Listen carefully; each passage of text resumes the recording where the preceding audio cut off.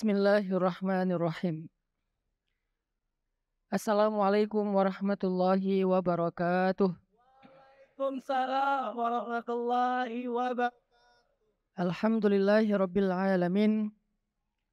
Alhamdulilladzi bi ni'matihi tatimmus shalihat wa bi fadlihi tatanazzalul khairat wal barakat wa bi taufiqihi tatahaqqaqul maqasidu wal ghayat.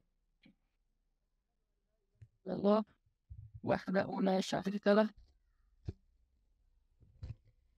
Asyhadu an la ilaha illallah wahdahu la syarika lah. Lahul mulku wa lahul hamdu wa huwa ala kulli syai'in qadir. Wa asyhadu anna Muhammadan abduhu wa rasuluh alladzi la nabiyya ba'dah. Allahumma salli wa sallim wa barik ala sayyidina wa habibina wa nabiyyina wa syafi'ina Muhammad wa ala alihi wa ashabihi wa man tabi'ahu ila yaumil qiyamah. Rabbi syrah li sadri wa yassir li amri wa hlul 'uqdatan min lisani yafqahu qawli. Teman-teman sekalian, anak-anak muda Kota Bandung yang dirahmati Allah Subhanahu wa taala. Malam ini kita melanjutkan kajian yang insya Allah kita rutinkan. Kita selalu mengkampanyekan ihsan dalam penyembelihan. Ihsan itu salah satu hal yang wajib untuk kita mengerti dalam segala hal. Karena kata Nabi, sesungguhnya Allah suka jika kalian berperilaku ihsan dalam segala urusan. Allah suka jika kalian menyembelih kemudian kalian ihsan dalam sembelihan kalian. Apa arti ihsan dalam sembelihan? Ihsan dalam sembelihan itu artinya tidak menyakiti hewan sembelihan. Dan secara teknik atau fikih penyembelihannya, agar tidak menyakiti hewan penyembelihan tersebut, maka ada teknik-teknik tertentu yang dilakukan mulai dari bagaimana memilih hewan kurban, kemudian menjaganya, merawatnya sampai hari H, kemudian yang paling penting bagaimana menjatuhkan hewan kurban sebelum disembelih. Karena ini yang juga banyak orang yang tidak paham cara menjatuhkan hewan kurban, terutama sapi ya. Kalau ayam nggak perlu dijatuhin ya. Lagi ngapain? Lagi ngejatuhin ayam Ustadz, repot banget. Ayam tinggal di sebelah tangan juga bisa. Sapi. Nah, banyak dari orang yang tidak memahami cara menjatuhkan hewan kurban, akhirnya malah membuat hewan itu stres. Sehingga ketika hewan itu stres, muncul hormon-hormon negatif di dalam dagingnya, di dalam tubuhnya. Dan itu akan mempengaruhi kualitas daging tersebut. Sehingga kita mengkampanyekan bagaimana cara menjatuhkan hewan kurban yang baik, sehingga hewan kurban tidak tersiksa. Kemudian bagaimana meletakkan hewan kurban sebelum disembelih. Pakai pohon pisang supaya kerasa dingin dan gak terlalu keras. Jadi kita tidak memakai balok, kita tidak memakai lubang, tetapi kita menggunakan pohon pisang supaya di lehernya dingin. Emang Ustadz udah kok tahu? Pernah saya juga meletakkan pohon pisang di sini. Saya iseng aja gitu. Kok kenapa pohon pisang? Oh iya dingin ya ternyata ya. Jadi enak, relax gitu. Udah gitu nggak terlalu keras. Kemudian setelah merebahkan dan meletakkan hewan kurban, kita juga yang paling penting mengkampanyekan teknik penyembelihan hewan kurban yang paling ihsan. Yang paling ihsan itu berarti paling cepat. Alhamdulillah salah satu santri Siftas Pemuda Hijrah, namanya Kang Azhari, sekarang jadi ketua DKM Masjid Wahilah, itu menyembelih kurang dari nggak sampai 2 detik, cuma 1 detik. Menyembelih dengan hanya 1 detik didorong dan ditarik itu dalam hitungan 1 detik saja. Sek-sek, dah. Kayak nyembelih ayam. Tapi yang disembelih sapi dan ukurannya besar, 500 kilo. Tapi nyembelihnya cuma 1 detik. Saya kalah sama Kang Haji, saya 2 detik. 1, 2. Jadi pas sudah didorong, ditahan dulu, kemudian ditarik, dan banyak yang protes, itu kenapa nggak ditutup pakai daun pisang darahnya? Saya nggak tega ngelihat darah. Sengaja darahnya itu kita lihat supaya mengucur deras, karena darah yang keluar itu semakin banyak semakin bagus, mengurangi kolesterol. Jadi yang paling baik itu dagingnya ya ketika disembelih darahnya keluar dengan maksimal. Bahkan kalau bagi yang udah pro, dia menghitung denyut dan nafasnya sapi. Ketika sapi menarik nafasnya, dia dorong dan tarik, kemudian sapi mendorong nafasnya, keluar semua darah. Saya belum sampai ke level itu sih. Jadi belum merasakan nafas sapi. Saya bismillah aja, tenang dulu. Ketika sapinya udah tenang, sek. Alhamdulillah kita nggak pernah ngegorok sapi. Kita nggak pernah ngegorok, wah lama, ganti pisau dulu, itu pisaunya udah tumpul. Sampai 10 menit, nggak pernah. Alhamdulillah, kita paling lama itu 2 detik atau 3 detik. Alhamdulillah santri kita bisa 1 detik. Itu kita kampanyekan, karena sedih banget. Pada hari Idul Kurban itu, kita seperti mempertontonkan sebuah pembantaian, bukan sebuah kasih sayang. Walaupun niat kita baik, tetapi how to-nya, fikihnya yang perlu kita pelajari. Bahkan kadang-kadang nyembelih kambing juga ngegorok lama. Ada yang sampai kecekek kambingnya, saking pisaunya tuh pisau buat tomat kali ya. Pisau buat tomat dipakai buat kambing. Jadi udah didorong, ditarik, nggak ngaruh ngapa-ngapain, di lehernya biasa aja. Sampai saya pernah lihat lidah kambing itu keluar saking kayak dicekek. Nah itu sangat tidak ihsan, sehingga kita mengkampanyekan itu buat teman-teman. Mudah-mudahan nanti bisa melakukan itu di tempatnya masing-masing. Kalau ada wewenang, coba usulkan ke DKM, beli dong investasi pisau atau golok yang layak buat sembelih. Karena beda antara golok buat bambu ya sama golok buat leher. Investasi, infak. Jadi selain investasi hewan, investasi juga golok, karena itu sangat-sangat penting kalau kita pengen ihsan. Baik teman-teman yang dirahmati Allah Subhanahu wa Ta'ala, pada malam ini kita akan bahas, sebetulnya judulnya bukan Wallace ya.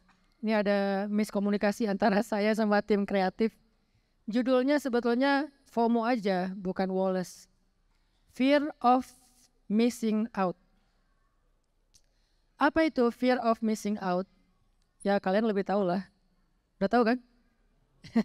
Ya udah. Banyak anak muda hari ini yang mengalami keterdesakan atau rasa takut, rasa nggak nyaman, rasa khawatir karena takutnya nggak up to date, takutnya ketinggalan informasi, ketinggalan tren, baik dari penampilan maupun dari pemilihan aksesoris. Bahkan kadang-kadang kita merasa nggak pede ketemu teman gara-gara belum hafal lagu yang lagi happening. Belum hafal lagunya Aldi Taher yang terbaru, udah ada lagunya loh. Nggak update. Saya update. Karena saya FOMO. Fear of missing out. Jadi dia udah punya lagu, keren juga tuh lagunya. Apa judulnya? Bukan, Cinta Terhalang Tembok. Ada tuh lagunya. Wah, FOMO banget ya Kang. Cinta Terhalang Tembok. Itu lagu terbarunya Aldi Taher. Ustadz fans berat dia? Enggak juga sih. Sering muncul aja di home, gara-gara saya klik sekali lama-lama muncul terus aja. Wah, akhirnya saya jadi up to date ke Aldi Taher. Kan sosmed itu algoritma ya. Apa yang kita klik ya udah muncul lagi, nggak perlu kita search lagi, udah dia nayangin sendiri. Nah, artinya kita hari ini tuh muncul fear, rasa takut, rasa khawatir, rasa nggak nyaman terhadap hal-hal yang lagi update, terhadap hal-hal yang lagi happening, yang lagi viral dan seterusnya, sehingga akhirnya mempengaruhi hubungan kita dalam sosial, mempengaruhi keleluasaan kita dalam bergaul, mempengaruhi kepedean kita untuk perform di tengah-tengah masyarakat kalau kita nggak up to date dengan sesuatu, termasuk penampilan loh. Ada circle pergaulan yang handphone itu penting. Jadi kalau handphonenya jadul, dia kayak dianggap kelas bawah lah gitu. Sehingga dia sama teman-temannya malah dibully, kadang-kadang minimal disindir atau nggak diajak ngobrol, Akhirnya anak ini merasa minder, muncul mental illness. Yang paling sederhana mental illness-nya ya anxiety, dia ngerasa kayak gak nyaman gitu, dia ngerasa takut atau resah sendiri. Nanti naik lagi sampai stres dan sampai depresi misalnya. Itu hanya gara-gara dia nggak diterima dalam pergaulan, nggak diterima di antara circle-nya. Ada lagi yang circle musik itu penting, sehingga kalau dia tuh nggak update musik tertentu, maka dia nggak masuk dalam circle tersebut. Ada lagi circle pakaian itu penting, kalau pakaiannya nggak, outfitnya nggak sesuai, berarti dia nggak masuk dalam circle tertentu. Bahkan ada circle yang kerjaan suami itu penting. Ini circle sebagian ibu-ibu sosialita tertentu ya, yang kalau suaminya kerjaannya bukan derajat tertentu, dia nggak masuk dalam circle mereka. Dia kayak nggak diajak. Kalau mereka lagi arisan dia nggak diajak. Kalau mereka lagi ngumpul nggak diajak. Sering nggak diajaknya. Banyak hal-hal yang dianggap up to date, sehingga kita berusaha menyesuaikan diri, walaupun kadang-kadang untuk menyesuaikan diri kita agak berkorban gitu. Berkorban harta, berkorban waktu, effort banget, mikirin, saking kita pengen diterima di dalam sebuah circle. Saya nggak lagi ngomongin tentang fenomena FOMO ini teman-teman, saya pengen lihat dari angle dakwah. Kita sebagai orang Islam sebetulnya juga harus punya spirit, bukan masalah ya, tapi spirit. Saya anggap FOMO ini menjadi sebuah spirit dari kacamata yang positif. Karena saya selalu melihat sesuatu untuk konstruktif. Tidak sekedar mengkritik fenomena sosial, tidak sekedar menyampaikan sebuah isu. Saya selalu ingin mengambilnya dari angle konstruktif. Bisa nggak ini menjadi sesuatu yang positif, produktif, yang baik buat kita? Ternyata bisa teman-teman. FOMO itu harusnya menjadi energi kita sebagai muslim. Dalam artinya apa Ustadz? Kita harus up to date tentang apa yang sedang trending, tentang apa yang sedang happening saat ini dari angle agama, dari angle Islam, dari kalender Hijriyah. Karena banyak orang yang nggak FOMO tentang kalender Hijriyah. Dia FOMO tentang kalender Masehi, misalnya Valentine dan seterusnya, dia FOMO banget dia. Kalau udah deket-deketnya Halloween misalnya, dia nggak nyiapin labu, dia rasanya kayak aku tuh nggak masuk ke circle gue. Kalau dia udah deket Valentine, dia nggak nyiapin coklat, pink segala macam, dia ngerasa nggak pede untuk bergaul dengan temannya. FOMO dengan kalender Masehi, tapi nggak FOMO dengan kalender Hijriyah. Kita pengen ambil spirit FOMO ini dibawa ke kalender Hijriyah. Update nggak kita dengan kalender kita? Hari ini lagi ada apa sebetulnya? Ini lagi musim apa sih sekarang? Sehingga kita ambil semangat, gue fear of missing out banget nih di bulan sekarang udah masuk Zulhijjah. Gue missing out banget nih kalau nggak tahu nih ada apa sekarang. Ngelewatin apa gue? Sehingga akhirnya tiba-tiba udah tanggal 14, udah lewat hari tasyrik. Wah, kelewat, nggak up to date loh. Lo orangnya nggak gaul gitu kan? Itu yang harus kita jadikan sebagai renungan kita tentang fenomena FOMO. Bisa nggak kita FOMO dengan kalender kita? Kalendernya Nabi. Nabi yang bikin kalender itu, sahabat yang mewariskan kalender itu kepada kita. Dan kalender itu isinya bukan sekedar hari, waktu, tanggal, tapi isinya adalah jadwal kebaikan yang Allah catat di langit.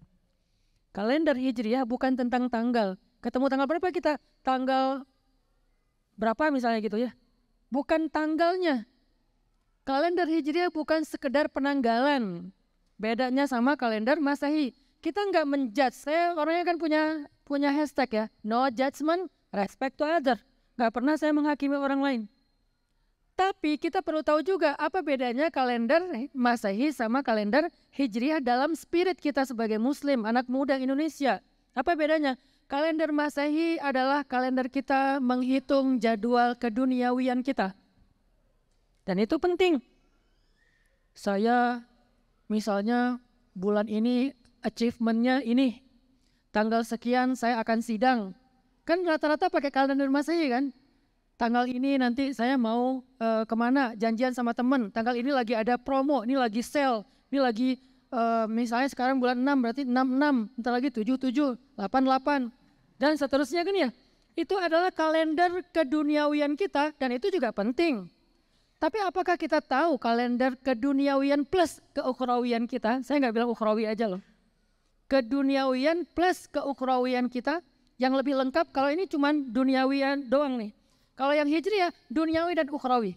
Karena atina fid dunya hasanah wa fil akhirati hasanah. Saya nggak mau membenturkan ukhrawi sama duniawi, saya nggak mau. Itu bukan gaya dakwah saya. Sehingga kita harus memilih, oh duniawi loh, cinta dunia loh, masuk neraka loh. Bukan gitu cara dakwah saya. Boleh nggak kita ambil yang lebih istimewa lagi nih? Ini bagus, ini keren, tapi ada yang lebih keren lagi, ada yang lebih istimewa apa? Dapat dunia plus akhirat. Atau bisa dibilang dapat akhirat plus dunia. Gimana caranya kita bisa gitu? Up to date lah dengan kalender hijriyah. Lagi apa sekarang yang happening?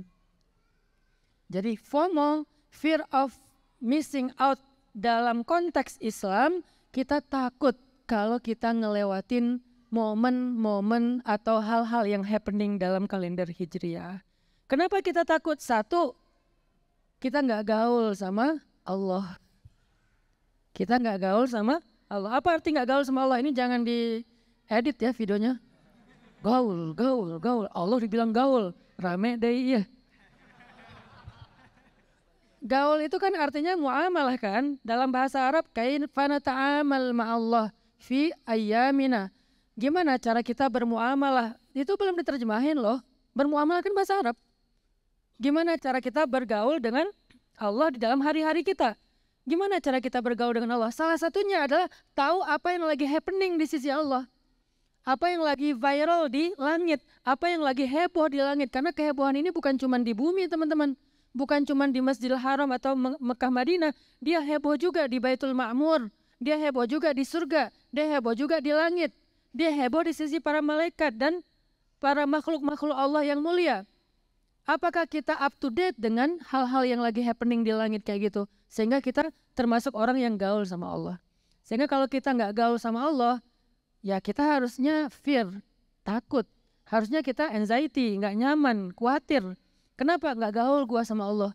Karena kalau gua nggak masuk ke dalam circle-nya malaikat, nggak masuk dalam orang yang terdekat di sisi Allah, min aulia illah, kan circle Allah itu berarti waliullah, orang-orang yang dekat di sisi Allah. Gimana saya dapetin kebaikan-kebaikan yang kemarin kita pelajari? Dijanjikan, apa kemarin teh? Jaminan, la khaufun alaihim walahum yahzanun. Mereka nggak usah khawatir, mereka nggak akan kecewa. Kok bisa? Kalau mereka menjadi orang yang waliullah, orang yang dekat dengan Allah, yang bergaul dengan Allah dengan pergaulan yang baik. Salah satu indikatornya adalah kita tuh up to date dengan apa-apa yang lagi istimewa di sisi Allah. Bahasa kita lagi happening di langit. Maka malam ini dengan spirit fear of missing out dalam konteks hijriyah, saya pengen ngajak kalian semuanya mentadaburi atau merenungkan keistimewaan momen yang sedang kita jalanin hari ini, malam ini. Apa itu? Momen 10 hari pertama di bulan Zulhijjah. Momen 10 hari pertama di bulan Zulhijjah. Tahu Ustadz ini udah masuk bulan Zulhijjah. Tapi kalender Hijriah bukan tentang hanya sekedar masalah tanggal.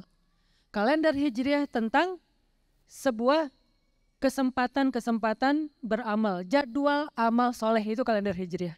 Jadi jangan hanya melihat kalender hijriah sebagai sebuah tanggal, sehingga orang yang paling Islami itu yang menghafal tanggal-tanggal hijriah. Enggak hanya itu juga baik, tapi yang paling intinya adalah kalender hijriah itu jadwal amal soleh. Emang dijadwalin Ustaz? Iya, sama kayak harian kita dijadwalin. Subuh ada jadwalnya, zuhur ada jadwalnya. Nggak bisa kita subuh duha, walaupun sering sih. Tapi bukan gitu kan jadwal yang benar ya. Berarti kita salah jadwal dong. Sama kayak pengen puasa 9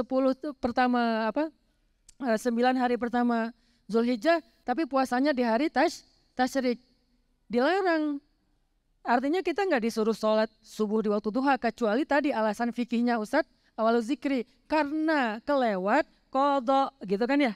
Tapi kok kodoknya kok istiqomah gitu. Berarti kita termasuk orang-orang yang terkodok, jodohnya dikodok, ya, rezekinya dikodok, sehat dari sakitnya dikodok, bahagianya diqadha. Kok semua diqadha? Gara-gara sholatnya diqadha. Jadi jangan istiqomah mengqadha ya.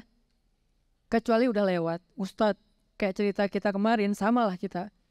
Balik usia 10 tahun, hijrah usia 25 tahun. Ada 15 tahun gak sholat subuh. Kalau maghrib insya Allah sholat, karena sekalian ke musola, pengajian. Anak-anak kan suka ngaji kalau maghrib. Kalau subuh sering kelewat, karena sekolahnya jam 7, bangunnya jam 6. Bangun langsung mandi segala macam, sholat subuhnya kadang-kadang keburu, kadang-kadang ya udahlah, yang penting semalam udah sholat isya. Nah ini yang terjadi ketika kita 10 tahun. Nah akhirnya kita qadha sekarang. Setiap habis subuh atau sebelum subuh sekarang 2 rakaat dulu. Dikira soleh banget ini anak muda ya. Saya lihat dia di masjid, setiap habis subuh dia sholat ba'diyah. Padahal dia sholat qadha subuh. Menunjukkan dia adalah pemuda hijrah. Kalau enggak gitu namanya bukan pemuda hijrah. Udah istiqomah sejak dulu. Termasuk gurunya sama aja, saya juga gitu. Artinya kita harus up to date, ada jadwalnya. Kalender hijriah bukan sekedar tanggal, bukan sekedar waktu. Kalender hijriah adalah jadwal ibadah. Di bulan ini ibadah yang baiknya ini. Kenapa? Saya glowing banget ya. Ini lampu.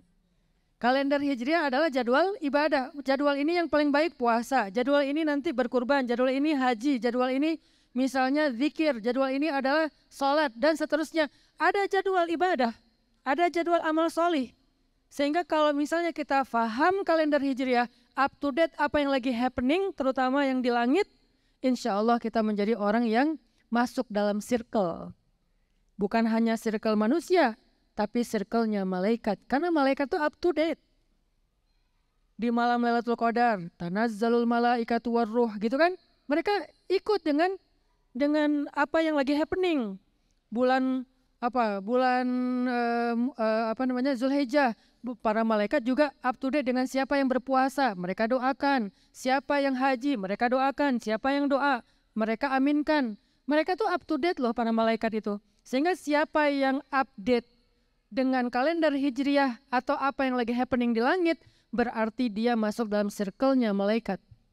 Kalau masuk dalam circle-nya malaikat, berarti dia circle terdekatnya Allah. Bahasa Al-Qur'annya waliullah, kekasih Allah. Jadi kalau pengen jadi waliullah itu nggak susah. Pengen jadi waliullah itu hitung aja kalender hijriah, lagi ada apa sekarang. Dan amalkan aja dulu, sesuai kalender aja dulu, nggak usah ditambahin dulu aja. Kalau nggak mampu terlalu berlebihan ya, minimal sesuai kalender aja dulu. Oh sekarang lagi bab puasa, ya udah puasa. Nanti disuruh berbuka ya berbuka. Lagi nggak musim puasa nih ya udah nggak musim puasa. Kalender mingguan, ya udah hari Senin puasa. Selasa kayaknya nggak usah deh, mau makan, ya udah nggak apa-apa. Nanti Kamis puasa lagi, atau nggak sanggup setiap pekan, ya udah per tengah bulan. Kan ada kalender hijriahnya, tengah bulan nggak bisa dihitung pakai Masehi ya.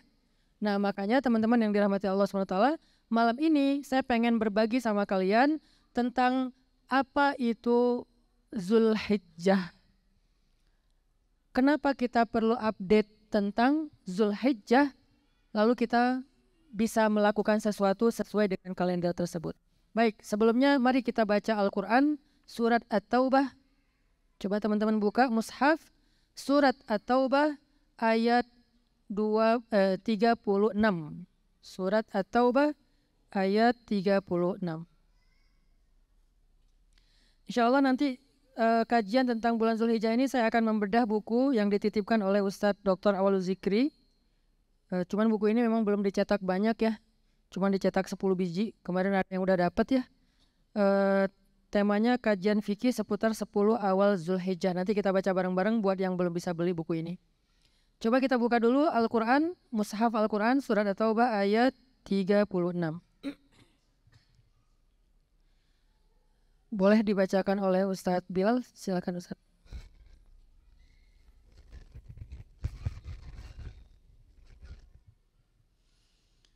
أعوذ بالله من الشيطان الرجيم بسم الله الرحمن الرحيم إن عدة الشهور عند الله 12 شهرا إن عدة الشهور عند الله 12 شهرا في كتاب الله يوم خلق السماوات والأرض منها 4 حرم ذلك الدين القيم فلا تظلموا فيهن أنفسكم وقاتلوا المشركين كافة كما يقاتلونكم كافة واعلموا أن الله مع المتقين. Sadaqallahul azim. Kita baca sampai kalimat fala tadlimu fihinna anfusakum. Sesungguhnya bilangan bulan pada sisi Allah itu adalah 12 bulan. Bilangan itu artinya apa? Jumlah ya. Sesungguhnya jumlah bulan di sisi Allah itu adalah 12 bulan. Dalam ketetapan Allah di waktu Allah menciptakan langit dan bumi. Di antaranya 4 bulan yang haram atau terhormat. Itulah ketetapan dari agama yang lurus. Maka janganlah kalian menganiaya diri kalian sendiri dalam bulan yang 4 itu. Shadaqallahul azim. Teman-teman yang dirahmati Allah SWT, indah sekali kalender Hijriah. Di sini Allah tuh lagi memberi kita rekomendasi penanggalan. Jadi dalam agama kita yang sempurna, masalah penanggalan aja dibahas pakai kitab suci loh. Jadi penanggalan Islam itu bukan sekedar rekayasa para ilmuwan ahli kalender atau ahli matahari dan bintang, astronomi, bukan. Dalam Islam, penanggalan kalender itu bagian dari syariat. Bagian dari ketetapan Allah bahkan. Yang sudah ada sejak kapan? Yang sudah ada sejak Allah menciptakan langit dan bumi. Walaupun baru dipopulerkan 1444 tahun yang lalu. Tapi penanggalan itu menurut ayat ini sudah ada sejak Allah menciptakan langit dan bumi. Jadi kalender yang paling tua di muka bumi itu bukan kalender Maya, suku Maya. Bukan kalender suku Egyptian. Bukan kalender apa misalnya. Kalender paling tua yang ada di muka bumi itu adalah kalendernya Allah. Ketika Allah menciptakan langit dan bumi, dan kalender Allah itu 12 bulan.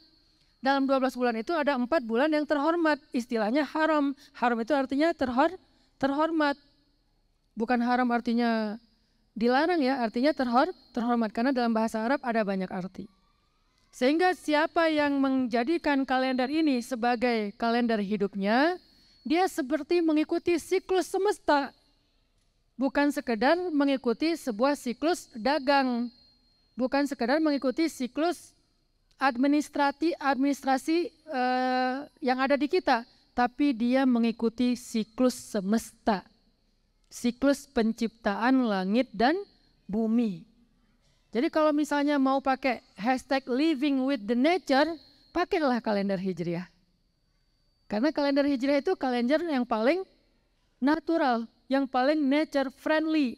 Kenapa? Dalam klaim surah Al-Quran surat At-Taubah tadi, ternyata kalender Hijriah itu kalender Allah menciptakan langit dan bumi. Itu pertama, pentingnya kalender kita. Sehingga sekarang mudah-mudahan semangat FOMO pada malam ini kita jadikan sebagai awal dari kita mulai akrab lagi dengan kalender Hijriah. Mulai akrab lagi dengan kalender Hijriah. Bikin satu catatan khusus di handphone mungkin atau di kamar kos-kosan mungkin atau di samping kalender kalian, kalender Hijriah. Bukan hanya tanggal Hijriah yang ukurannya kecil. Kalau bisa ya dibikin lebih kelihatan gitu kalender Hijriah teh. Dan setiap awal bulan Hijriah kita ngeh gitu, ini udah awal bulan loh. Sebagaimana kita sangat update tanggal yang sama dengan nama tanggal urutan bulan. 11, 22, 33. Kenapa update? Karena lagi sale. Nah, kita sekarang update juga tuh dengan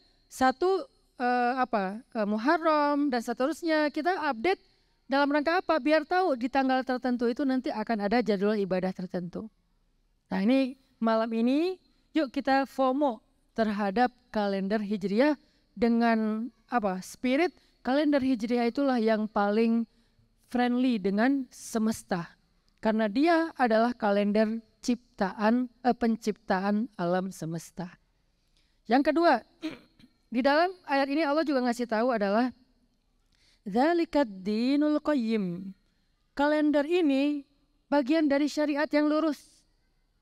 Jadi tidak akan bersyariat seorang muslim sebelum dia aware dengan kalender hijriahnya. Karena kalender kita bagian dari agama kita. Kalender kita bagian dari agama kita. Ini bukan dalam rangka menghapus kalender yang udah ada ya, bukan. Kita bukan tipe yang kayak gitu. Kita tidak bicara tentang substitution, mengganti, bukan. Kita bicara tentang awareness. Saya bukan lagi bicara tentang pengganti, saya lagi bicara tentang awareness. Aware nggak kita dengan kalender hijriah kita? Karena itu adalah bagian dari syariat kita. Dan syariat yang Allah sebutkan di sini, dinul qayyim, syariat yang paling lurus. Sehingga siapa yang ingin lurus hidupnya, lurus keluarganya, lurus urusannya, lurus dagangnya, lurus karirnya, ikutilah dengan syariat dinul qayyim tersebut. Salah satunya adalah penanggalan atau jadwal ibadah. Jadi kalau kita mau memperbaiki nih, Ustaz, saya punya banyak masalah keluarga. Lihat dari angle ini, gimana jadwal ibadahnya selama 1 tahun? Ngikut nggak dengan kalender hijriah? Enggak Ustadz, kita adanya jadwal family time itu adalah weekend. Family time itu adalah weekend. Padahal family time itu adalah buka puasa bareng ketika hari Senin dan hari Kamis. Family time itu adalah khataman bareng pas malam Jumat. Minimal baca Yasin atau Al-Kahfi. Itulah family time dalam kalender hijriah. Berbeda family time dalam kalender Masehi, yaitu weekend, itulah family time, itulah quality time. Dibela-belain harus sempat. Malam Jumat nggak sempat. Senin maghrib nggak sempat. Kamis maghrib nggak sempat. Kenapa nggak sempat? Karena kita nggak aware. Jadi sepenting itu ternyata kalender hijriah. Dia bagian dari din qayyim, agama yang lurus.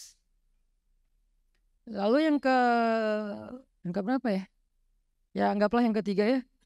Yang ketiga, fala tazlimu fihinna anfusakum. Janganlah kalian menzalimi diri kalian pada bulan yang 4 itu. Apa bulan yang 4 itu? Zulqa'dah. Ustaz, udah lewat ternyata. FOMO atuh. Udah lewat sebulan. Yang kedua, Hijjah. Wah, udah masuk nih. Ayo, kita semangat. Yang ketiga apa? Muharram. Setelah ini berarti 3 bulan berturut-turut. Yang keempat apa? Nanti, yaitu Rojab. Dia beda sendiri di bulan yang lain. Maka kita coba kalenderi atau jadwalkan kembali family time kita dengan jadwal kalender hijriyah. Ustadz yang belum punya family, gimana? Itulah masalah kita dari dulu. Itu kenapa dibilang setengah agama.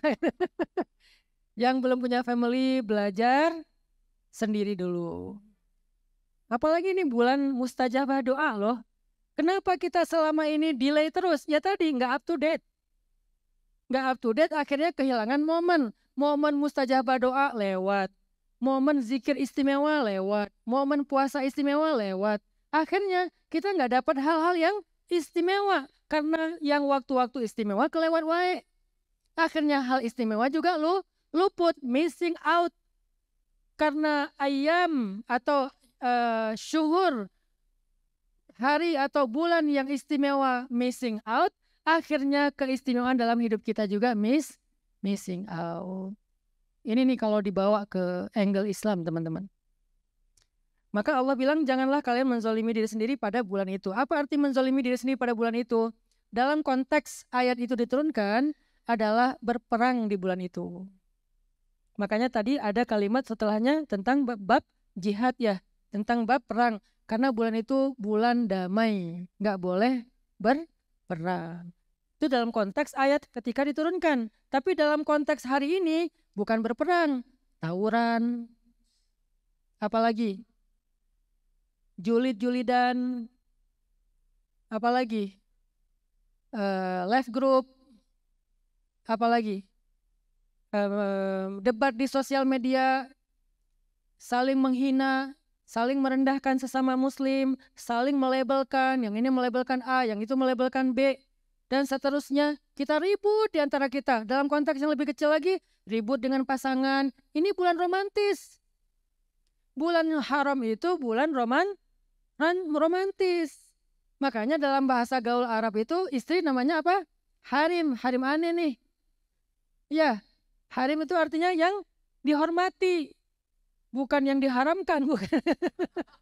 Justru kalau belum jadi harim, masih haram ya. Kalau nanti udah halal namanya jadi harim. Harim aneh nih. Artinya yang aneh hormati nih, yang aneh sayangi nih. Bulan haram itu bulan romantis. Jangan ribut suami istri. Jangan ribut adik kakak. Jangan ribut tetangga dengan tetangga. Jangan ribut partai dengan partai. Jangan ribut ormas dengan ormas. Betul nggak? Karena bulan haram. Hormatilah bulan haram. Siapa yang ribut berarti dia tidak menghormati bulan haram. Kalau nggak menghormati bulan haram, termasuk menzolimi diri sendiri. Itu cara menerjemahkannya, teman-teman. Ini namanya kajian tafsir. Tafsir itu mengambil dulu konteks ketika ayat turun, yang namanya asbabun nuzul. Untuk memahami maksud dari ayat itu kita harus paham konteksnya, lalu dibawa terjemahnya dalam konteks kekinian. Apa terjemah aplikatifnya pada hari ini? Alhamdulillah kita nggak ada peperangan seperti di negara-negara kaum muslimin yang terjajah. Bukan yang sedang berperang. Saya lebih suka pakai istilah yang terjajah. Kita alhamdulillah nggak dalam kondisi dijajah Belanda, Portugis, segala macam. Enggak. Terus apa yang selama ini yang nyambung dengan ayat ini tentang peperangan? Artinya rame di antara kita. Rame di antara, bahkan ayatnya bukan hanya sesama muslim. Kepada saudaranya yang non-muslim pun sama. Berarti rame di bulan haram kepada saudara kita non-muslim juga termasuk menzolimi diri sendiri. Makanya jagalah akhlak kita karena kehormatannya bulan haram atau bulan terhormat.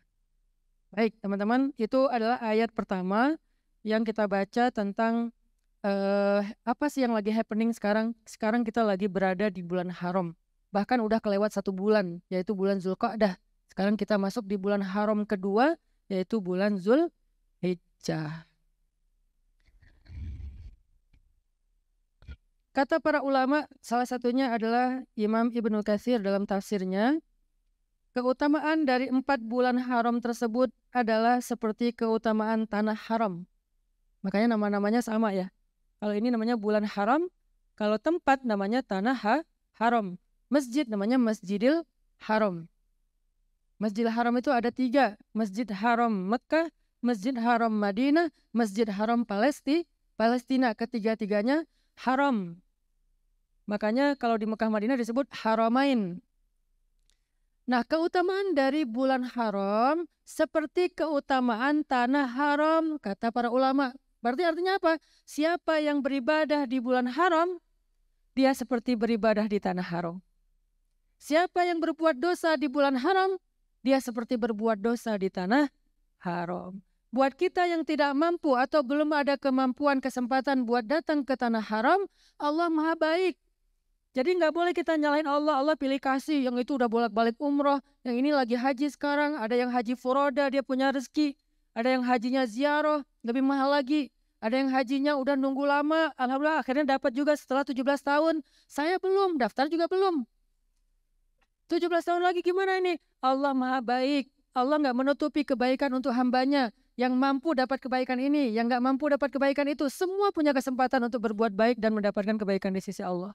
Sehingga yang nggak bisa ke tanah haram, dia mendapatkan bulan haram. Sehingga yang nggak beribadah dan memperbaiki amalnya di bulan haram, fabi ayyi ala'i rabbikuma tukadziban. Nikmat Tuhanmu mana lagi yang kamu dustakan. Fabi ayyi ala'i rabbika tatamara. Kenapa kamu masih mendustakan nikmat Tuhanmu? Merasa bahwa kayak Allah nggak membuka kesempatan untuk kamu memperbaiki diri. Nggak buka kesempatan untuk jadi orang terdekatnya. Allah itu nggak jual mahal kepada kita. Pemurah banget Allah itu. Walaupun Allah istimewa, udah nggak bisa disebut lagi lah keistimewaannya. Tapi kepada hambanya pemurah. Dimudah-mudahin sama Allah. Tapi kalau kita belum mengambil kemurahan hati Allah Subhanahu wa taala kepada kita, berarti kita termasuk orang yang kufur nikmat. Maka motivasinya poin berikutnya teman-teman, beribadah di bulan haram. Ini ada 3 bulan, sisa 2 bulan. Seperti beribadah di tanah haram. Saya ketika lagi umroh, karena ngerasa lagi di tanah haram, pas di Masjidil Haram, saya ibadahnya beda dengan di Indonesia.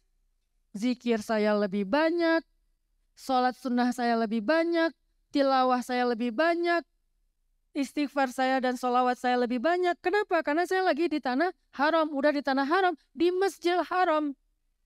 Di Masjidil Haram, di pusat-pusatnya lagi di tempat paling istimewa. Apa itu? Multazam, Hijr Ismail, Hajar Aswad, Makam Ibrahim. Kalau di satu lagi, Raudhah. Sehingga rebutan biar bisa sholat atau beribadah dan berdoa di sana. Kalau kita belum sampai ke sana, ada kesempatan itu. Dan jauh lebih mudah, tapi keutamaannya sama. Coba bayangin. Jauh lebih mudah, tapi keutamaannya sama. Maka mari kita jadikan bulan ini seolah-olah kita lagi ada di Masjidil Haram. Seolah-olah kita lagi ada di Raudhah. Seolah-olah kita lagi ada di Hajar Ismail. Susah banget masuk Hajar Ismail itu. Hajar Aswad, apalagi. Saya pernah berusaha pengen nyium Hajar Aswad. Mungkin saya kurang amal kali ya, belum berhasil. Udah berapa kali saya umroh belum berhasil sampai sekarang. Ada jamaah saya baru pertama umroh, Ustaz saya udah cium Hajar Aswad. Mantap, saya bilang. Hebat kamu. Kita respect ya. Gimana pun caranya saya nggak mau nanya lagi. Biar tertutupi aibnya. Kalau saya tanya, gimana kamu? Oh saya sikut-sikutan. Saya nggak mau nanya. Pokoknya saya usul-usul aja, mantap, bagus. Ustaz udah berapa kali? Belum. Wah Ustaz kok pembimbing malah belum pernah? Ya. Udah nyoba tapi kayak ya udahlah, terlalu gampang menyerah kali ya, dan saya kayak nggak sanggup aja dengan suasana. Akhirnya saya ganti kemana? Kayaknya nggak dapat di Hajar Aswad. Ya udah saya ke Hijr aja, pindah ke sebelah di Hijr Ismail, di bawah Talang Emas, salah satu tempat mustajabah doa. Yang saya paling sering itu di Multazam, nempel aja kayak cicak tuh di situ, nempel di Multazam. Itu kan enak tuh kalau di situ kan. Beda sama Hajar Aswad yang nggak tenang juga saya mau doa. Masa udah di situ terus apa ya? Akhirnya tiba-tiba ketarik, kan nggak enak ya. Udah berjuang habis-habisan, pas udah di dalam, apa ya tadi ya?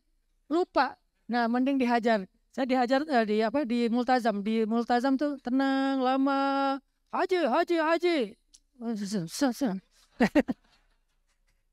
Doa di situ. Semangat itu kita di tanah haram dan di Masjidil Haram. Bisa nggak semangat yang sama kita lakukan di bulan haram? Namanya sama, cuman yang satu tempat, yang satu waktu. Ini kata Imam Ibnu Katsir dalam tafsir beliau tentang ayat yang tadi kita baca. 10 awal Zulhijjah adalah hari yang terbaik. Dalam sebuah hadis yang sahih, Rasulullah Shallallahu Alaihi Wasallam bersabda. Hadis ini dari Ibnu Abbas radhiyallahu anhuma. Rasulullah bersabda, tiada hari yang amal soleh dilakukan di dalamnya lebih dicintai Allah selain dari hari-hari ini, yaitu hari 10 awal dari bulan Zulhijjah. Lalu para sahabat bertanya, ya Rasulullah, walaupun dengan jihad fi sabilillah, maksudnya apakah 10 hari ini lebih Allah cintai daripada berjihad di jalan Allah? Apa jawaban Rasul? Walaupun jihad fi sabilillah. Jadi yang semangat takbir, Allahu Akbar ya. Wah, pengen berangkat ke Palestina, pengen ke Suriah. Nih ada nih. Lebih dahsyat nih. Walaupun tidak menggugurkan kewajiban-kewajiban tertentu ya. Walaupun jihad fi sabilillah, kecuali kata Nabi, seseorang yang pergi berjihad dengan membawa jiwa raganya dan hartanya, dan pulang tidak membawa apa-apa, artinya dia syahid dan hartanya pun habis. Cuman orang yang syahid fi sabilillah yang lebih tinggi daripada ini.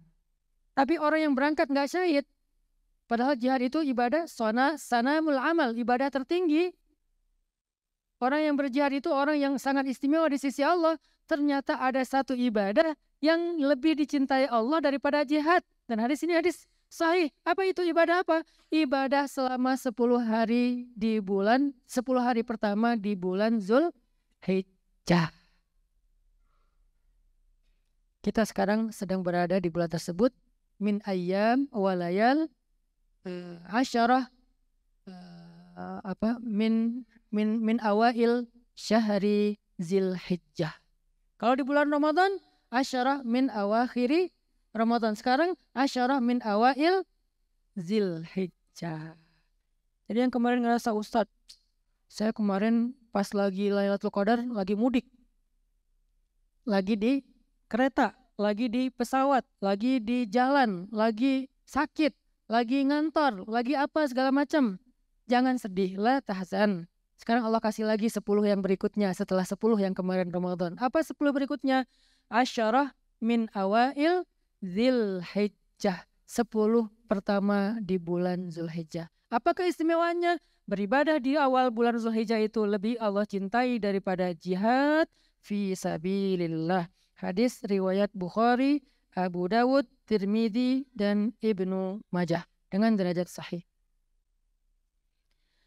Mana yang lebih utama 10 awal Zulhijjah atau 10 akhir Ramadan?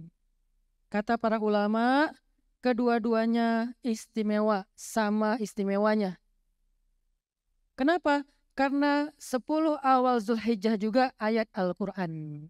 Wal fajr walayalin ashr wasyaf'i wal watr. Demi fajar, demi malam-malam yang 10, baik yang genap maupun yang ganjil. Kalau yang 10 Ramadan, yang ganjil aja. Akhirnya kita bingung, ganjil Muhammadiyah atau ganjil NU, Ustaz? Tergantung keyakinan. Yang paling bagus dua-duanya diambil kalau dalam bab iktikaf. Siapa tahu yang dapatnya NU. Siapa tahu yang dapatnya Muhammadiyah. Allahu a'lam. Kalau saya dapatnya NU. Nanti yang lain dapat Muhammadiyah. Respect ya. Kita sebagai sesama umat Islam. Tapi kalau yang 10 awal Zulhijjah sama tuh. Mau ganjil, mau genap, sama istimewanya. Kurang baik apa coba Allah sama kita. Jadi nggak perlu dibedain. Ini tanggal berapa Ustaz sekarang? Enggak, sama. Wasyaf'i wal watr, sama aja. Pokoknya kalian beribadah aja di wal fajr walayalin ashr. Jadi bukan cuman Lailatul Qadar yang ada ayatnya, tapi 10 Zulhijjah juga ada ayatnya. Sehingga para ulama mengatakan, kalau Allah bersumpah, kan wal fajri itu kan sumpah. Kalau Allah bersumpah itu menunjukkan bahwa 10 awal Zulhijjah adalah salah satu waktu yang agung. Karena Allah tidak bersumpah kecuali untuk sesuatu yang agung. Kalau Allah sampai bersumpah kan, itu berarti agung. Tidak ada Allah bersumpah dengan nama kita.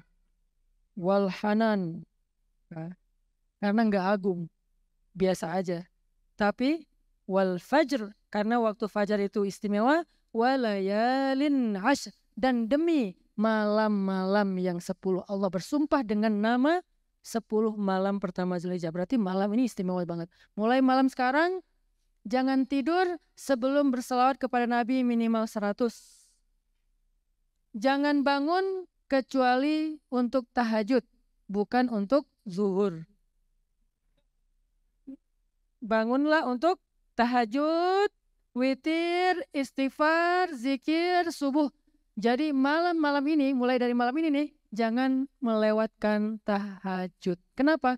Karena setiap malamnya seperti Lailatul Qadar. Atau minimal seperti malam-malam ganjil di bulan Ramadan yang akhir. Karena sama aja genap dengan ganjil. Itu luar biasa malam Zulhijjah ini. Sehingga para ulama mengatakan ini sama aja seperti malam-malam Lailatul Qadar. Jadi yang ngejar-ngejar Lailatul Qadar segala macam, itu Masya Allah semangatnya. Sekarang yuk kita kejar Asyara awail min Zilhijjah. Kalau perlu nanti bikin program mulai tahun depan, kalau sekarang udah terlalu mepet ya. Ini salah saya juga sih. Tahun depan bikin program setiap malam min awail Zilhijjah.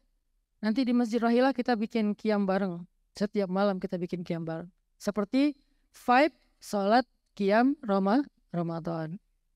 Pekan ini ada ya? Oh iya ya, pekan ini ya, Masya Allah. Pekan ini ada. Malam Jumat ini kita ada. Karena malam Jumat ini adalah malam Jumat pertama di bulan Hijriah. Kita punya jadwal setiap malam Jumat pertama bulan Hijriah.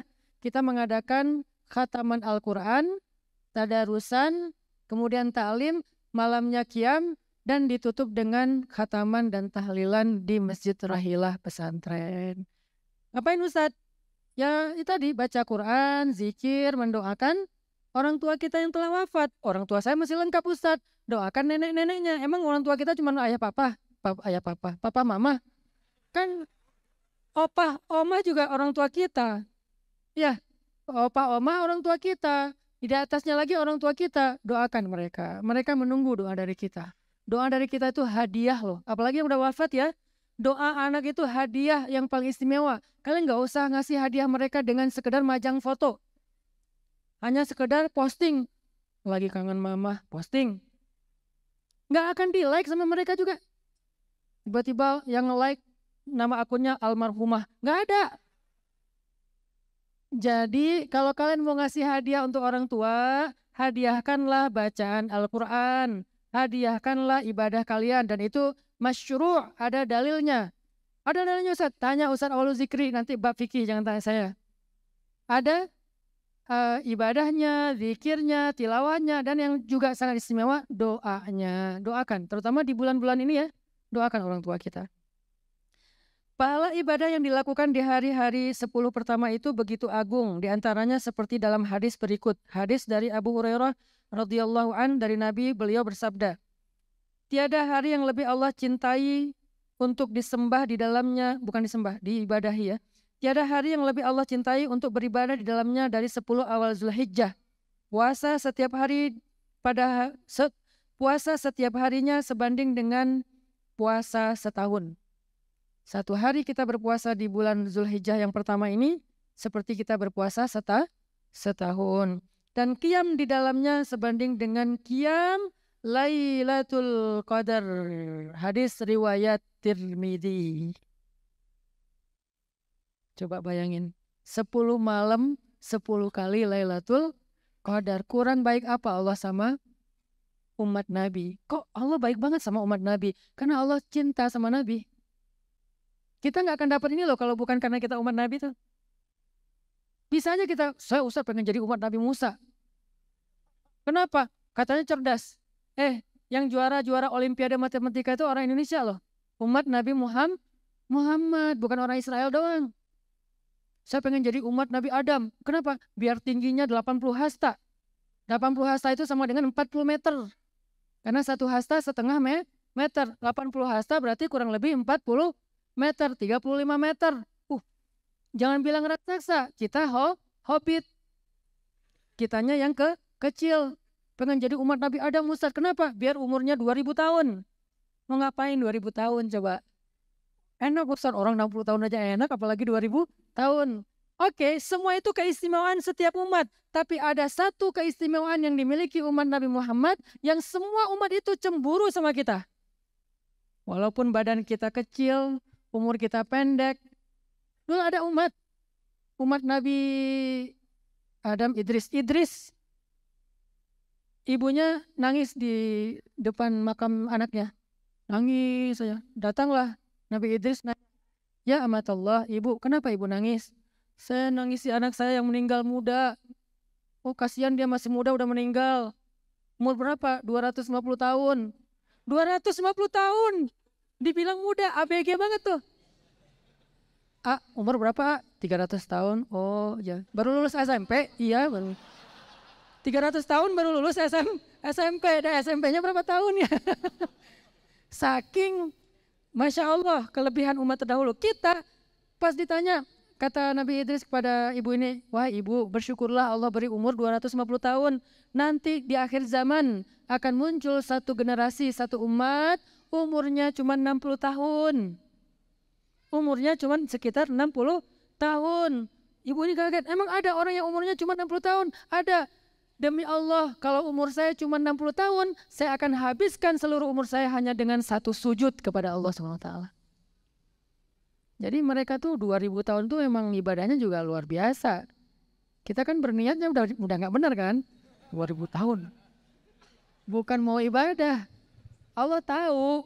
Makanya nggak dikasih. Dikasihnya apa? 60 tahun. Nggak usah panjang-panjang. Tapi berkah.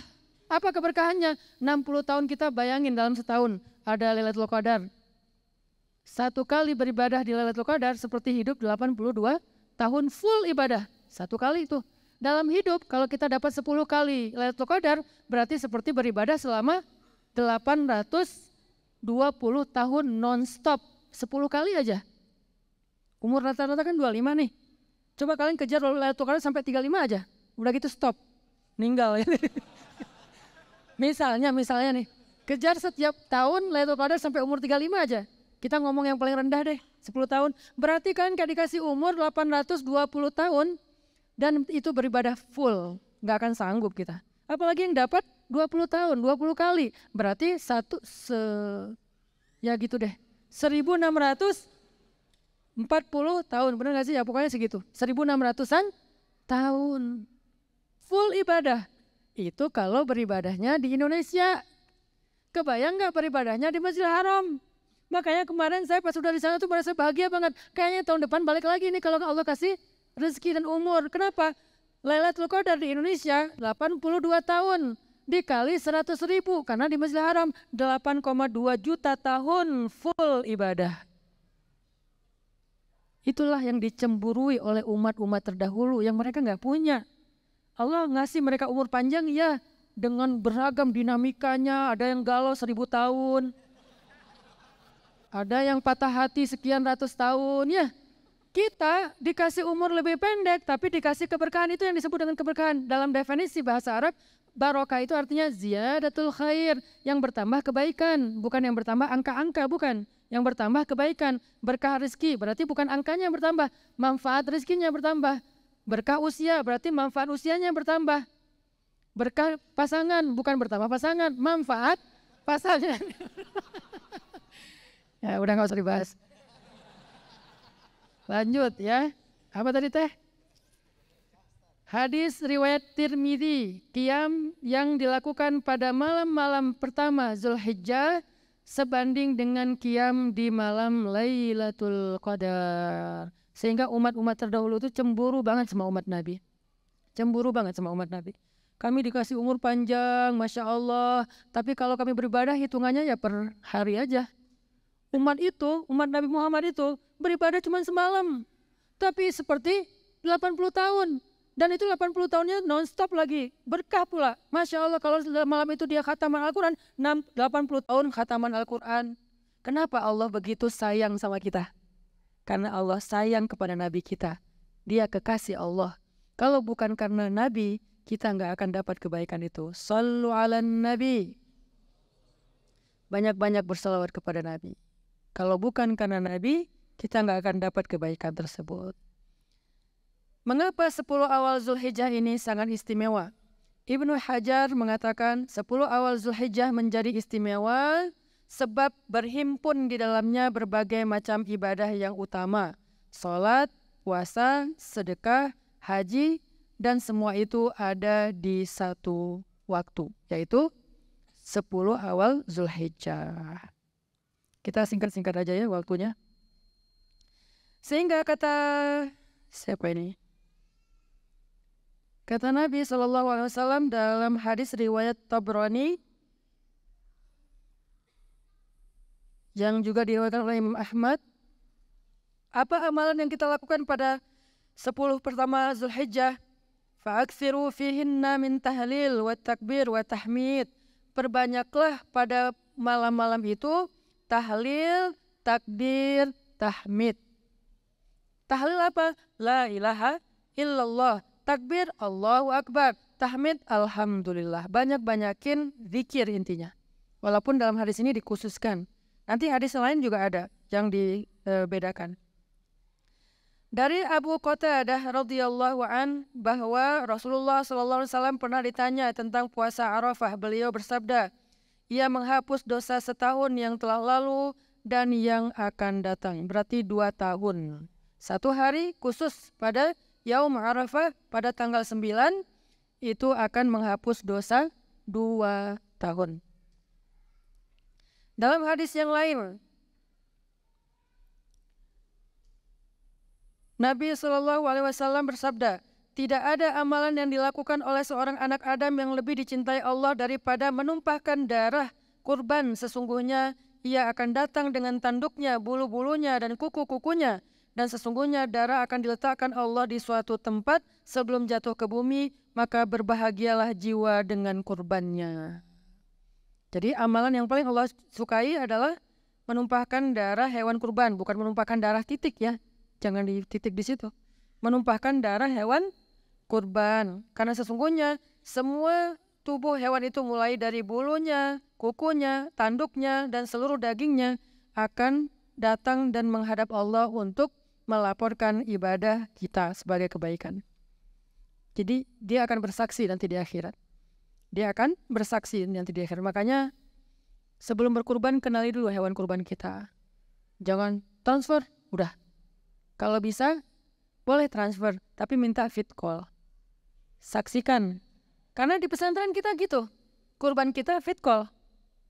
Nanti ada fikih berkurban, kayaknya malam ini nggak selesai. Kalau mau lanjut nanti malam Kamis ya, malam Jumat ya di pesantren ya. Ada fikih hewan kurban, sebaik-baik berkurban itu ya orang yang berkurbannya nyembelih sendiri. Ustaz, aku nggak tega lihat darah. Oke, nggak kuat lihat darah. Sebetulnya laki-laki harus kuat ya. Insya Allah semuanya kuat. Ngelihat aja. Oh Ustaz, aku nggak tega untuk ini. Nanti kalau nggak narik-narik gimana Ustaz? Nanti akunya kejang-kejang gimana? Kalau aku stroke gimana Ustaz? Nanti malah aku yang harus dikurbankan gimana Ustaz? Oke, kalau nggak sanggup banget atau emang kita nggak ada di kota itu, kita berinfak ke satu tempat. Misalnya ada yang berinfak untuk pesantren di Bandung, orangnya ada di Sulawesi. Apa yang kita lakukan? Kemarin kita fit call. Jadi orangnya nonton, ngeliatin kurbannya lagi disembelih. Dan dia niatkan ketika kurbannya mau disembelih, dia juga berniat walaupun yang menyembelih juga udah membaca niat. Kenapa? Kita perlu ada bonding dengan hewan tersebut karena dia bukan benda. Dia pembela kita nanti di akhirat. Dia pembela kita teman-teman. Makanya berkurban itu bukan sekedar ngasih makan orang lain, tetapi memperbanyak pembela kelak di akhirat. Dan dia membela kita dengan kemuliaan bulan haram. Hari yang paling baik, doa yang paling baik adalah doa di hari Arafah. Khairud doa yaumi Arafah. Sebaik-baik doa di hari Arafah. Hadis riwayat Tirmidzi. Nah, tanggal 9 Zulhijjah. Apa itu hari Arafah Ustaz? Dalam fikih Syafi'i, hari Arafah kalau beda negara hitungannya bukan hari ketika orang wukuf.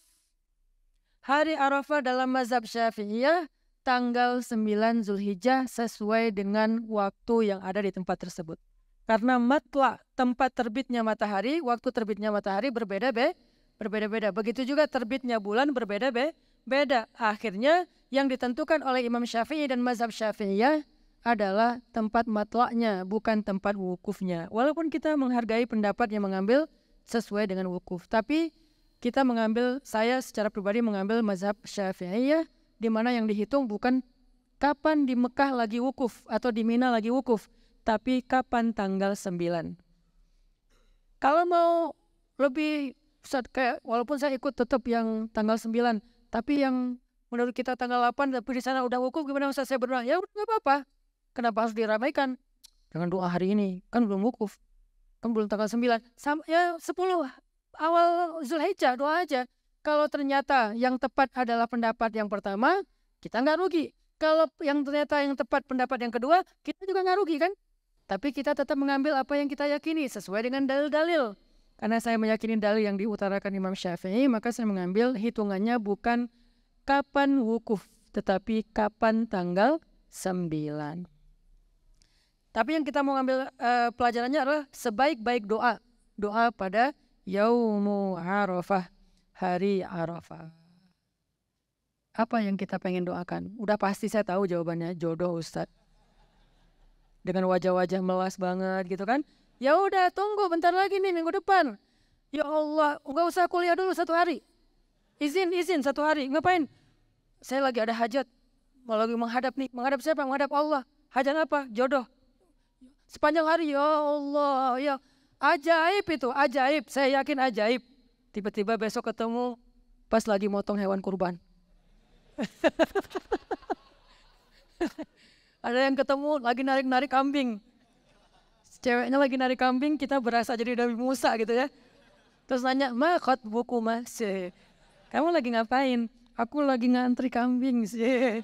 Ya udah sini aku sembelihin. Ah, kamu bisa? Enggak. Oh kamu jujur banget, kamu idaman banget ya, walaupun nggak bisa kamu jujur, aku seneng deh, aku cari yang jujur. Ya udah, akhirnya jadi. Kenapa? Doa Yaumu Arafah. Hati-hati yang di atas cewek-cewek ya. Kalau bisa keluar dari sini kalian tutup muka deh. Ntar ditandain sama mereka. Ya Allah, yang kemarin saya lihat itu pas keluar dari masjid TSM. Kalau tutup muka, ya Allah yang mana ya? Hitam semua. Ntar kena pelet doa loh, bahaya. Lanjut ya. Keutamaan Yaum Arafah, hari Arafah, Imam An-Nawawi mengatakan, hari ini adalah hari terbaik untuk berdoa dalam sepanjang tahun. Dalam sepanjang tahun. Selayaknya manusia bersungguh-sungguh berzikir, berdoa, membaca Al-Quran, berdoa dengan berbagai macam doa, demikian pula berzikir dengan berbagai macam zikir. Berdoa untuk dirinya sendiri, kedua orang tuanya, kerabat, para guru, sahabat, orang-orang yang disayangi dan menyayanginya, juga orang-orang yang pernah berbuat kebaikan kepadanya dan seluruh kaum muslimin. Hendaknya berwaspadalah agar tidak lalai dari hal tersebut karena hari ini adalah hari yang tidak ada gantinya.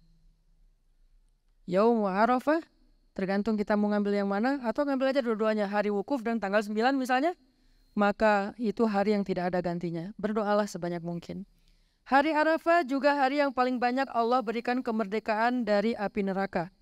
Dalam sebuah hadis riwayat Muslim dari Sayyidah Aisyah radhiyallahu anha, Rasulullah SAW bersabda, tiada hari yang paling banyak Allah memerdekakan hamba dari api neraka daripada hari Arafah. Kapan aja Allah memerdekakan orang dari api neraka? Hari bulan Ramadan. Setiap berbuka di malam Ramadan, Allah membebaskan hamba-hambanya dari api neraka setiap malam. Berarti kan setiap hari di bulan Ramadan itu ada yang dibebaskan dari api neraka ya, dengan jumlah sekian, tapi nggak sebanyak hari Arafah loh. Saking istimewanya hari Arafah. Ternyata orang yang dibebaskan dari neraka di hari Arafah lebih banyak daripada di hari-hari Ramadan. Cuman bedanya hari Ramadan itu ada 29 atau 30 hari. Arafah 1 hari. Tapi dalam 1 hari kalau dihitung, itu lebih banyak daripada hari-hari Ramadan. Maka mudah-mudahan kita termasuk salah satu di antara mereka yang termasuk orang yang terbebas dari api neraka. Kalau terbebas dari api neraka di mana tempatnya? Nggak ada tempat yang lain. Kita bukan orang-orang yang berkeyakinan seperti Mu'tazilah, manzilah baina manzilatain. Di antara 2 tempat, di tengah-tengah. Nggak neraka, nggak surga, nganggur gitu di tengah ya. Terkatung-katung. Udahlah di dunia digantung, di akhirat digantung ya. Udah di dunia diharkosin ya, harapan kosong. Di akhirat juga diharkosin, nggak ada. Kalau nggak masuk neraka, tempatnya pasti surga. Maka ini artinya hari Arafah, hari paling banyak Allah menjaminkan hambanya masuk surga. Sehingga kalau kita bisa puasa Arafah, berdoa, berzikir, bersedekah, beribadah, insya Allah kita termasuk salah satu di antara orang yang dijamin masuk surga insya Allah. Amin. Hari Arafah adalah hari yang Allah sempurnakan nikmat bagi kaum muslimin dengan kesempurnaan syariat Islam. Di mana Allah berfirman di dalam surat Al-Maidah ayat 3, Al-yaum akmaltu lakum dinakum wa atmamtu alaikum ni'mati wa raditu lakumul Islam dinan. Hari ini telah aku sempurnakan bagi kalian agama kalian. Aku lengkapkan bagi kalian nikmatku dan aku ridhoi Islam menjadi agama bagi kalian. Kapan ayat ini turun?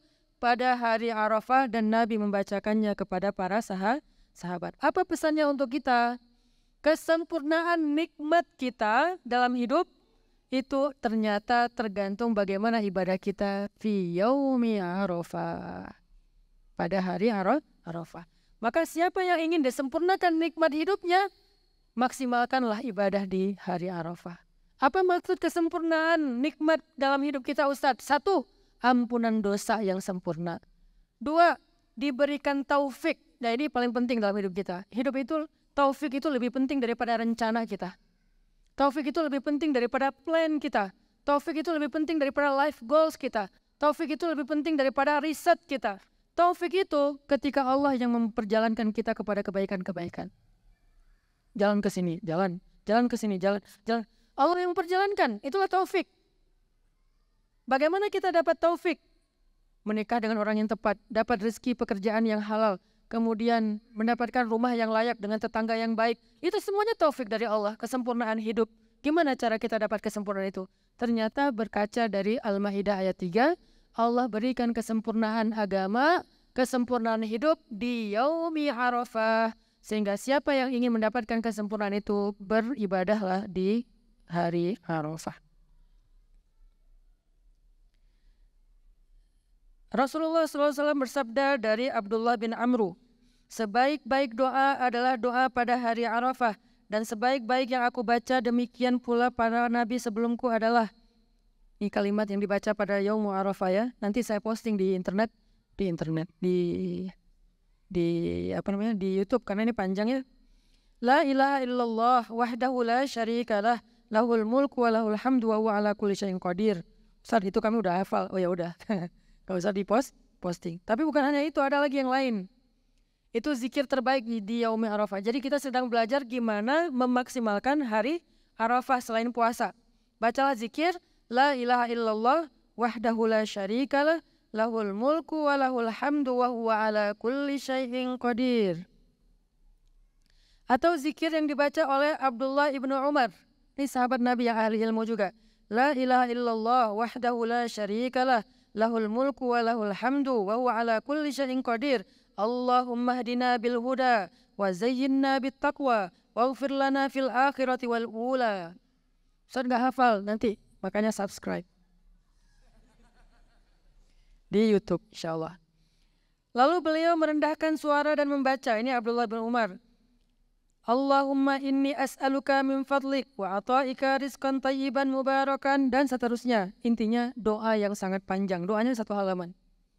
Yang mau doa ini silakan datang ke pesantren malam Jumat. Saya akan kopikan halaman buku ini khusus doanya, nanti saya bagi-bagikan gratis. Yang mau doa ini datang ke pesantren besok malam Jumat. Kita ada tarbiyah, ada talim, sekaligus khataman Al-Quran. Malamnya ada qiyam. Yang mau bawa tenda boleh tinggal di tenda. Yang mau tinggal di cabin house nanti silakan hubungi pesantren. Kalau tinggal di tenda gratis kalau bawa sendiri. Kalau tinggal di cabin house ya seikhlasnya. Tapi seikhlasnya versi. Ya saya nggak tahu juga harganya, tanya aja ke admin. Yang mau PP malam terus pulang lagi nggak apa-apa.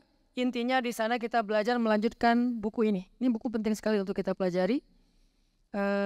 Insya Allah doa-doanya akan saya kumpulkan. Saya minta izin nanti ke Ustadz Awal Zikri. Saya bagi-bagikan secara gratis. Doa zikir terbaik di hari Arafah dari Rasulullah SAW. Ini ada nih, Nabi bilang baca ini 100 kali, baca ini 100 kali. Ada tuh. Jadi ada angka-angkanya, yang ini 100 kali, yang ini 100 kali. Banyak, ada zikir, ada doa, ada sholawat.